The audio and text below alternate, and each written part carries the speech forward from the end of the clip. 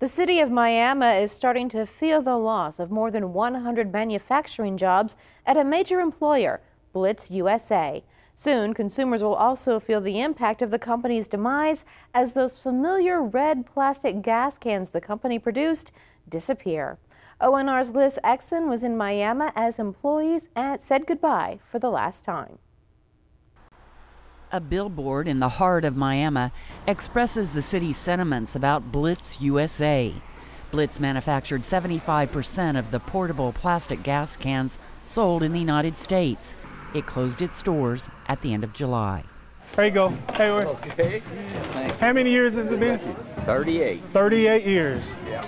Man. 30. I've been here 39 in November. 39 in November. We almost got to 40, didn't we? Almost. Yeah. I got close. Just think, you started working here before I was born. Yeah. The farewell gifts handed to the more than 100 Blitz employees are the products they have manufactured for decades.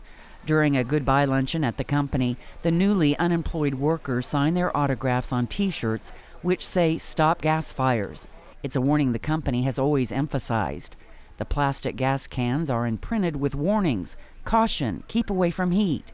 In recent years, consumers looking at the cans on store shelves have seen testimonials saying, "I never use gasoline to start fires. It amazes me that any parent would. My kids copy everything I do." About 10 years ago, we started getting just a few lawsuits, and the allegations were that when people were pouring gasoline on a fire, that the vapors ignited and rushed back up into the can, and then the can exploded. Rocky Flick is the outgoing president and CEO of Blitz. Unfortunately, our insurance companies settled the cases, and then they'd drop us and we'd have to buy new insurance, and over 10 years it just kind of was an exponential curve up. So this last year, before we filed for bankruptcy, we got 25 cases in the last 9 months, and they were settling for lots of money, $5 to $10 million. The company filed for bankruptcy and will be sold at auction in September. The executive director of the Miami Chamber of Commerce says the closing of Blitz will have a ripple effect on the city. Blitz has been a great supporter of the community in many endeavors, whether it be sponsoring kids' baseball teams or giving to the local schools or whatever it may be. So I don't know that we can even quantify today the deep impact that it's going to have long term on a town like Miami, Oklahoma. Blitz was the city's largest electric customer. Miami will lose $170,000 a year because of the company's shutdown. But city leaders say with so many people left jobless, the biggest economic loss will be lower sales tax receipts. I probably won't even find a job in this area making what I'm making now. It'll probably be half of what I'm making now. Trish Deaton and other employees say they enjoyed great benefits, including vacation and health insurance. She says her ill husband will now have to go on Medicaid. My husband has terminal cancer, and he just recently had surgery, and I was off work for 2 months. And then I come back and they announced we were closing our plant down. Deaton says she's been depressed and almost didn't make it to the farewell gathering because she is saying goodbye to people she considers family. Jimmy Nicholson worked for the company for nearly 40 years. I'm 64 years old. And I got caught in the, I'm too young to fully retire, and I'm in the job market age, which is not a whole lot of jobs there for you. So I'm just going to try to find me another job for a while, and then see what happens. Yesterday, when maintenance shut the machines down for the final time, and we actually had to walk into HR department and process out, that's when the reality of this situation here at Blitz really hit me.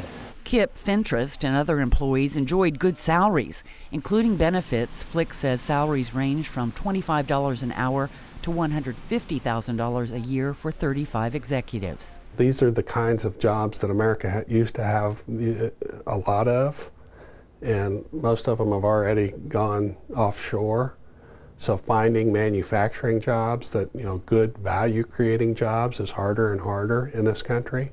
4th District Congressman Tom Cole is working to modify the Children's Gasoline Burn Prevention Act, which would give gas can manufacturers like Blitz a defense in lawsuits. But in the meantime, Cole says Gas can manufacturing jobs will likely go overseas. Would they be less susceptible to lawsuits? Very difficult to sue a foreign country. Again, there's no safety regulation here, and if it's a government-owned firm, there's all sorts of problems. It becomes a WTO issue, World Trade Organization issue, as opposed to an issue strictly under the jurisdiction of the American courts, and would probably be much less likely to be sued. Blitz gas containers are still on store shelves, but the inventories will eventually be depleted. One of its biggest customers is Walmart. Flick says if there's a major disaster like a hurricane in the next 60 days, there won't be enough gas cans to meet the need. That's a public safety issue, especially during evacuations for hurricanes or any gas shortage where people are trying to move goods or clean up a disaster area. But when that's happened in the past, people revert to milk jugs and glass bottles and coolers and all kinds of different things, whatever they can to get by. And as of this week, meteorologists are carefully monitoring Tropical Storm Isaac in the Caribbean. It's forecast to become a hurricane as it moves on a track, putting it off the coast of Florida Monday, the opening day of the Republican National Convention in Tampa. Meanwhile, former Blitz employees are now awaiting their unemployment checks as they search for new jobs.